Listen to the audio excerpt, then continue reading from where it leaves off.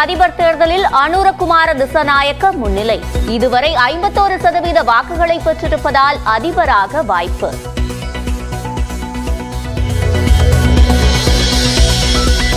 இலங்கை அதிபர் தேர்தலின் நாயகனாக உருவெடுத்த தேசிய மக்கள் சக்தி கட்சியின் தலைவர் அனுரகுமார திசாநாயக்க 2019 வெறும் 3% வாக்குகளை பெற்ற அனுராவின் வியக்க வைக்கும் வளர்ச்சி.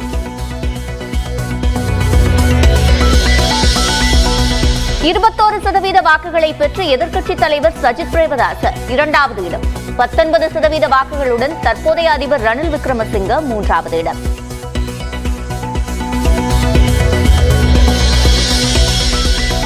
அமெரிக்கா சென்ற பிரதமர் மோடிக்கு இந்திய வம்சாவளியினர் உற்சாக வரவேற்பு.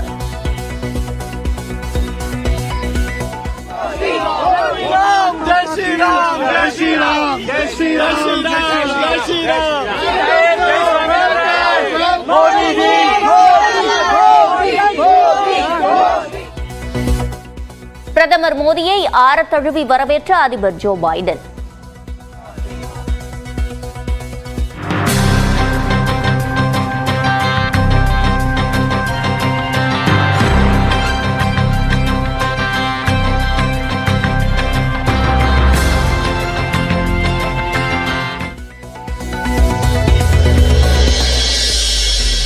குவாட் உச்சி மாநாட்டில் இந்தியா, அமெரிக்கா, ஆஸ்திரேலியா, ஜப்பான் நாடுகளின் தலைவர்கள் ஆலோசனை.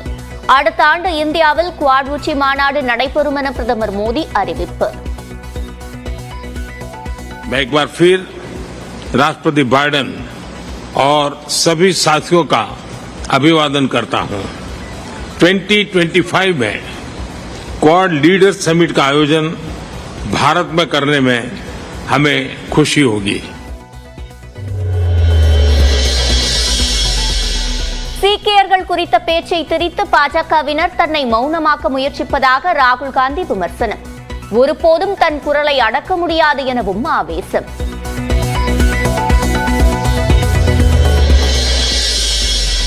திருப்பதி லட்டுவின் புனித தன்மையை மீட்டுவிட்டதாக தேவஸ்தானம் விளக்கம். கோயிலை சுத்தப்படுத்தி பரிகாரம் செய்வது பற்றி முதலமைச்சர் சந்திரபாபு ஆலோசனை என தகவல்.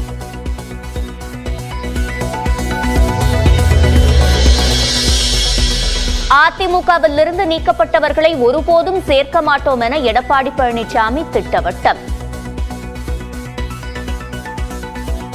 அனைத்து இந்திய அண்ணா திராவிட முன்னேற்ற கழக பொதுக்குழு எடுத்த முடிவு 4 பேர் பொறுப்பில் இருந்தும் அடிப்படை உறுப்பினர் நீக்கப்பட்டதுதான். இணைப்பென்ற பேச்சுக்கே இடமில்ல.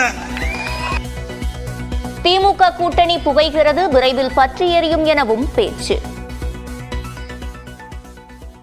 திமுக கூட்டணியில புகைய ஆரம்பிச்சிட்டது. நெருப்பு பிடிச்சிடும். பிடிச்சா அந்த கட்சி அதோட இந்த ஆட்சிக்கு கூட்டணி தான் முட்டு கொடுத்திருக்குது. கூட்டணி இல்லை என்றால் திமுக படுதோல்வி சந்திக்கும். நாகை, மயிலாடுதுறையைச் சேர்ந்த 37 மீனவர்கள் எல்லை தாண்டியதாக கைது செய்தது இலங்கை கடற்படை. 3 விசை படகுகளையும் பறிமுதல் செய்து அட்டூழியம்.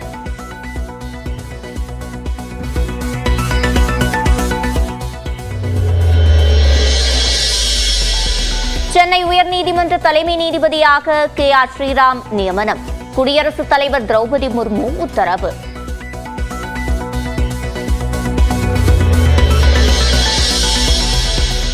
சென்னை மெட்ரோ ரயில் 2ஆம் கட்ட திட்டத்திற்கான நிதியை தமிழ்நாடு அரசே ஏற்க வேண்டும்.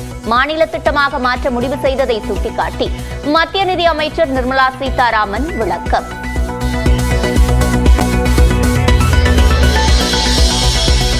தேதி மாற்றப்பட்டதால் தமிழக வெற்றிக் கழக மாநாட்டிற்கு அனுமதி கோரி மீண்டும் மனு. மாநாட்டில் யார் யார் கலந்து கொள்வார்கள் என்பது பற்றி விஜய் அறிவிப்பார் என பொதுச் செயலாளர் ஆனந்த் பேட்டி.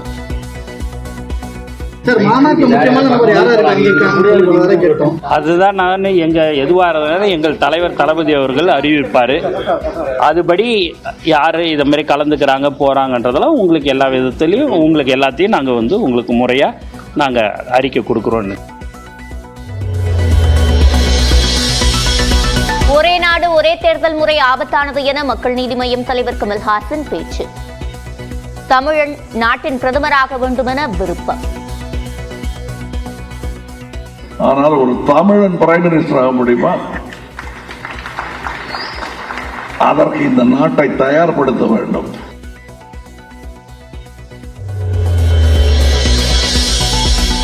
ஆம்ஸ்ட்ராங்கை கொலை செய்ய நாட்டு வெடிகுண்டுகளை சப்ளை செய்த ரவுடி புதூர் அப்பு கைது. டெல்லியில் மடக்கி பிடித்த தனிப்படை காவலர்கள்.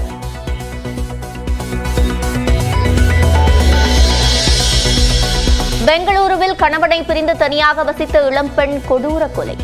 உடலை 32 துண்டுகளாக வெட்டி பிரிட்ஜில் வைத்தவர் யார் என விசாரணை.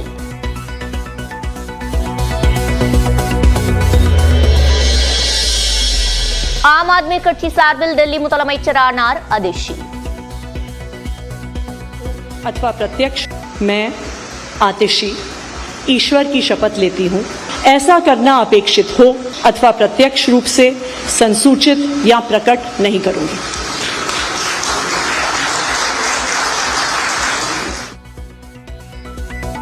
முதலமைச்சருடன் 5 அமைச்சர்களும் பதவி பிரமாணம் செய்து வைத்தார் துணைநிலை ஆளுநர் சக்சேனா.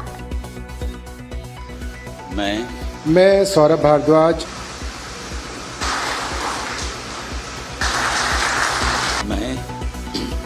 मैं ईश्वर की शपथ लेता हूं कि मैं विधि द्वारा स्थापित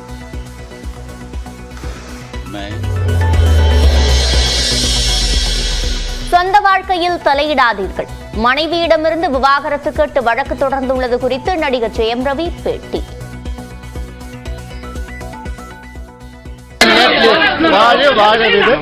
யாரையும் இதுல இருக்காதீங்க.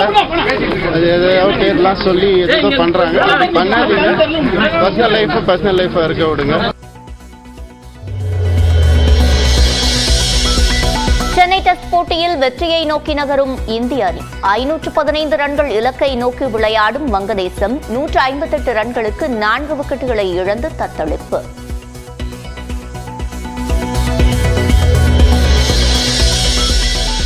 செஸ் ஒலிம்பியாட் 10வது சுற்றில் அமெரிக்காவை வீழ்த்திய இந்தியா.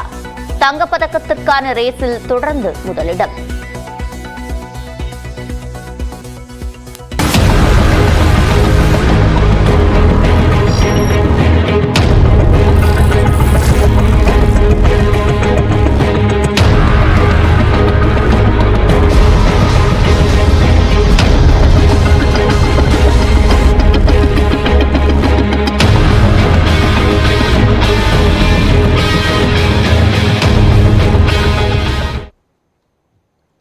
இலங்கையின் அதிபராக அனுரகுமார திசாநாயக்க வருவதற்கான வாய்ப்புகள் இருப்பதாக தற்போதைய முடிவுகள் காண்பிக்கின்றன. குறிப்பாக தபால் வாக்கு முடிவுகள் தற்போது வெளியாகி இருக்கிறது. இன்னும் நிறைய முடிவுகள் வெளிவர இருக்கின்றன. ஆனால் இந்த தபால் வாக்கு முடிவுகளில் 50%க்கும் மேலாக தொடர்ச்சியாக முன்னிலை வகிக்கிறார் அனுரகுமார திசாநாயக்க.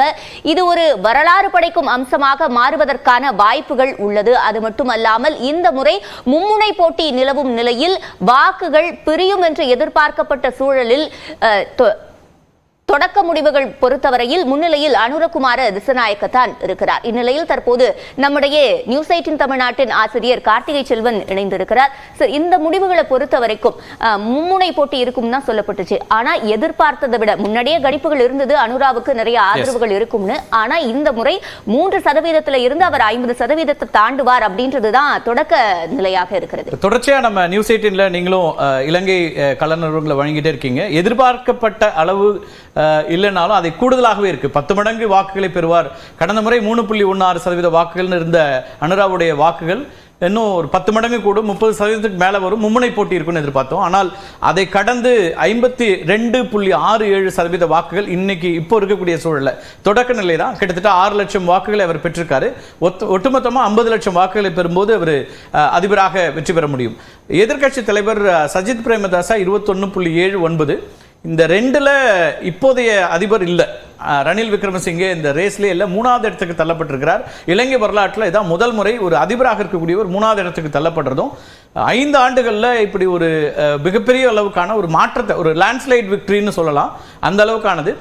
ஒரு இடதுசாரி தத்துவத்தை முன்னெடுக்கக்கூடியவர், இலங்கை ஒரு வரலாற்றிலே எடுத்துக்கிட்டா கூட ஒரு அதிபராக வரக்கூடியவர், இடதுசாரி சிந்தனையோடு வரக்கூடியவர் முதலாவதாக அவர் தான் இருப்பார்னு நினைக்கிறேன். நம்ம மாவட்டங்கள் தோறும் இருக்கக்கூடிய முடிவுகளையும் பார்த்தோம்னா அவங்களுக்கும் ஒரு கிளாரிட்டி இருக்கலாம். ஒவ்வொரு மாவட்டமாக இருக்கக்கூடியது எடுத்த உடனே இப்போ அனுராதபுரம் சொல்லுங்க. அனுராதபுரத்தை பொறுத்த வரைக்கும் இது அனுரகுமார திசுநாயக்கவோட சொந்த மாவட்டமாக இருக்கிறது. இங்கு அவருக்கு 61.23% வாக்குகள் இருக்கிறது. அது மட்டும் அல்லாமல் பிற மாவட்டங்களில் நம்ம பார்த்தோம்னா ராஜபக்ச குடும்பத்தினருக்கு என்று அது நம்ம அடுத்ததா அவங்களுடைய டாமினன்ட் ஏரியாவும் நம்ம பார்க்க போறோம். கிட்டத்தட்ட ஹம்மன்தோட்டாலாம் கைவிட்டு போயிருக்குது, அவங்களுடைய கோட்டைன்னு சொல்லுவாங்க, ராஜபக்சே மஹிந்தாவுடைய ஃபேமிலிக்கான கோட்டைம்பாங்க. அதே நம்ம பார்க்க போறோம். இதுல வந்து அனுரகுமார 61.23% தென்னிலங்கையில பெரும்பாலான இடங்கள்ல 60% வாக்குகளை பெறுகிறார். நீங்க வந்து அதே போல அடுத்ததா சஜித் 20%, ரணில் 15.37. இந்த வித்தியாசம் பாத்தீங்கன்னா ரெண்டு பேருக்கு இடையில 40% வாக்குகள். ரொம்ப ஏர்லி ட்ரெண்ட்ஸ் தான், ஆனாலும் அந்த தொடக்க நிலையிலேயே மிகப்பெரிய அளவுக்கான ஒரு அட்வான்டேஜ் இது வருது. அனுராதபுரம் வந்து இவருடைய சொந்த மாவட்டமும் கூட. அடுத்தடுத்த மாவட்டங்களில் நம்ம குயிக்கா பார்த்தோம்னா நீங்க சொல்லக்கூடிய அந்த அப்சர்வேஷன்ஸும் கிடைக்கும். எஸ், கொழும்பு பொறுத்த வரைக்கும் முன்பு கணிப்புகள்ல சொல்லியிருந்தாங்க ரணிலுக்கு அங்க ஆதரவு இருக்கும் என்று. ஆனால் இங்கேயும் அனுரகுமார திசுநாயக்க தான் 61.02% வாக்குகளை எடுத்திருக்கிறார். அதற்கு அடுத்த இடத்தில் தான் ரணில் இரண்டாவது இடத்துக்கு வராரு. ஆனாலும் வேறுபாட்டை பாத்தீங்கன்னா டிஃபரன்ஸ், இந்த மார்ஜின் வந்து 40% கிட்டத்தட்ட 39%, 61.02, ரணிலோடது 22.36 அப்படிங்கிறது. இப்போ தொடக்க நிலை தானாலும் கூட அந்த ஏர்லி அட்வான்டேஜ் வந்து இது இந்த டிஃபரன்ஸ் வந்து மேட்ச் பண்ணவே முடியாதுங்கிற அளவுக்கு இருக்கு. கொழும்பு வந்து இன்னும் சொல்ல போனா கொழும்புல ஏன் ரணில் வருவார்னா பொதுவான ஒரு பார்வை இருந்துச்சு. பொருளாதார நெருக்கடிக்கு பிறகும் கூட அவருடைய அணுகுமுறை அப்படிங்கிறது வந்து ஒரு மாதிரி மேட்டுக்குடி மக்களுக்கு இன்வெஸ்டர்ஸ் ஃப்ரெண்ட்லியா இருக்கிறாரு, அதனால தொழிலதிபர்கள்லாம் ஆதரிக்கக்கூடிய ஒரு இடத்துல இருப்பாருன்னு பார்த்தாங்க. ஆனால் அங்கேயே இந்த மாதிரி தான் ஒரு நிலைமை இருக்குதுங்கிறது ரொம்ப கவனிக்கக்கூடிய ஒரு இடமா இருக்கு. இங்க 1.64 நமல் ராஜபக்சே மஹிந்தாவுடைய மகன், அவருக்கு வந்து சிக்னிபிகண்டான ஒரு பர்சன்டேஜ் கூட இல்லைங்கிற இடத்துல இருந்து அதை பார்க்க வேண்டியிருக்கு. எஸ் அடுத்ததான் நம்ம பார்க்கலாம். இது எல்லாமே தென்னிலங்கை பகுதிகள் தான். இங்கேயும் அவங்க வந்து 55% வாக்குகள். அந்த வேறுபாடு பார்த்தீங்கன்னா அடுத்தது 24, 30% மேலான டிஃபரன்ஸ். அடுத்தது போலாம். இங்கேயும் நம்மளுக்கு வந்து 3% தான். இங்கே ரெலவன்ஸே இல்லை. இந்த தேர்தலை பொறுத்த வரைக்கும் நமல் ராஜபக்சே வெற்றி பெற மாட்டார் அவங்களுக்கும் தெரியும். ஆனால் அவங்களுடைய ஐடியா என்னவா இருந்ததுன்னா கட்சியை சர்வை பண்றதுக்கான ஒரு அட்டெம்ப்ட் அப்படிங்கிறதா இருந்தது. எஸ், அம்மந்தோட்டா இது ரொம்ப முக்கியமா நம்ம இதுதான் பேசியிருந்தோம். எஸ் சொல்லுங்க. ராஜபக்ச குடும்பத்தினருக்கு என்று இங்கு நிறைய வாக்குகள் உண்டு, செல்வாக்கு மிகுந்த பகுதியாக இருந்தது. இன்ஃபேக்ட் சொல்ல போனா இந்த வாக்குகளை நம்பிதான் இந்த முறை நமல் ராஜபக்சவ அவர்கள் களமிறக்கினார்கள் அப்படின்னு சொல்லலாம். ஏன்னா மஹிந்த ராஜபக்சவ ஹீரோவா பார்க்கக்கூடிய மக்கள் இந்த இடத்துல தான் இருந்தாங்க. இது ஒண்ணு மட்டும்தான் அவங்க நம்பிக்கையா வச்சு இந்த தேர்தலில் களமிறங்கினாங்க அப்படின்னு சொல்லலாம். ஆனா அங்கேயுமே அவங்களுக்கு பயங்கரமான சரிவு ஏற்பட்டு 7.23% தான் இருக்கு. இங்கேயும் அனுரதான் லீடிங்ல இருக்காரு. ராஜபக்சே குடும்பத்தினுடைய ஒரு கோட்டை அப்படின்னு அந்த பகுதியை சொல்லுவாங்க. அம்மந்தோட்டா வந்து நமக்கு எல்லாருக்கும் தெரியும். அங்க துறைமுகம்லாம் அட்டெம்ப்ட் எடுத்தாரு, சீனாவோட இன்வெஸ்ட்மெண்ட் எல்லாம் வந்தது, நமக்கு ரொம்ப பெரிய கன்சர்ன், இந்தியாவோட கன்சர்ன் இருந்த இடம். அங்க அனுரகுமார திசுநாயக்க ஏகேடின்னு அவங்க ஷார்ட்டா அவங்க எல்லாரும் கூப்பிடுறது 52.17 ஒரு பெரிய சேஞ்ச் அங்க நடந்திருக்குன்னு நினைக்கிறோம். களத்துல ஒரு பெரிய மாற்றம். அடுத்ததா சஜித் வந்து அந்த இடத்துக்கு வராரு. நீங்க வந்து ஒரு இரட்டை இலக்கத்தையே அடைய முடியாத இடத்துல தான் நம்ம இருக்காரு இப்போது நிலைமையில. இன்னும் மாறலாம், இன்னும் வாக்குகள் நிறைய எண்ணப்பட வேண்டியிருக்கு. அம்மந்தோட்டா ரொம்ப முக்கியமான ஒரு பகுதி. ராஜபக்சேவுடைய 20 ஆண்டுகள்ல ராஜபக்சே குடும்பம் பெரிய அளவுக்கு தாக்கம் ஏற்படுத்தாத ஒரு தேர்தல் இது. அதுவும் ரொம்ப முக்கியமா பார்க்க வேண்டியிருக்குது. எஸ், அடுத்த மாவட்டங்கள் நம்ம பார்க்கலாம். எஸ், குயிக்கா. எஸ், மாத்தளையை பொறுத்த வரைக்கும் இங்கேயும் அனுரகுமார தான் லீடிங்ல இருக்காரு. அதற்கு அடுத்த இடத்துல ரணில் வராரு. இங்கேயும் ராஜபக்ச குடும்பத்தினரை பொறுத்த வரைக்கும் 1.78% வாக்குகள் தான் இருக்கு. எல்லாமே தென்னிலங்கை ஒட்டி இருக்கக்கூடிய மாவட்டங்கள். அடுத்த மாவட்டங்களையும் பார்க்கலாம். குயிக்கா நம்ம அடுத்த மாவட்டங்களையும் பார்த்துடலாம். தமிழ் மாவட்டங்கள் எப்படி இருக்கு? மாத்தறை அதே போல 58%, அதே டிஃபரன்சஸ். அடுத்த மார்ஜின் பார்த்தீங்கன்னா எல்லா மாவட்டங்கள்லையும் 30-40 மார்ஜின் இருக்கு ரெண்டாவது இடத்துல வரவங்களுக்கு. மொனராக்கலை இங்கேயும் 58-23. இந்த டிஃபரன்ஸும் 25% மேல டிஃபரன்ஸ் இருக்கக்கூடிய ஒரு இடமா இருக்கு. நுரேலியா ரொம்ப முக்கியமான ஒரு பகுதி. எஸ் சொல்லுங்க. யா, இங்கேயும் அனுரகுமார தான் லீடிங்ல இருக்காரு. 47.15% வாக்குகள் இருக்கு. அதற்கு அடுத்த இடத்துல பார்த்தோம் என்றால் ரணில் இருக்காரு. அதற்கு அடுத்து சஜித், நமல் இங்கேயும் 1.62% தான். இன்ஃபேக்ட் சொல்ல போனா சுப்ரீம் கோர்ட்டே அங்க தெரிவிச்சிருந்தாங்க இவர்களுடைய குடும்பம் தான் இந்த சரிவுக்கு காரணம் என்று. அது இப்ப வாக்குகள்ல பெரும் அளவு இம்பாக்டை ஏற்படுத்தி இருக்கு அப்படின்றதுக்கு இந்த குறைவான மூன்றாவது இடத்துக்கு போறதுக்கான காரணமும் அதுதான். கடந்த 2 ஆண்டுகள்ல ராஜபக்சே கட்சியினுடைய எம்பிக்களை டிபெண்ட் பண்ணி தான் இருந்தாரு, அவங்க ஆதரவுல தான் இருந்தாருங்கிறதுனாலே அவருக்கு ஒரு பின்னடைவும் இருந்தது. அடுத்த மாவட்டங்களையும் நம்ம பார்க்கலாம். எஸ், புலனர்வு இதுலயே 60க்கு மேல இருக்கிறாரு. இங்க இவர்களுடைய வாக்குகள் ரொம்ப செஞ்சிருக்கிறத பார்க்க முடியுது. இங்க 1% கூட அவங்க தொடல அப்படின்றது இதுல ரொம்ப தொடக்க நிலையா இருக்கு. எண்ணிக்கை இன்னும் அதிகமா வர வேண்டியிருக்கு. அடுத்தடுத்த மாவட்டங்களுக்கு போயிடலாம் நம்ம.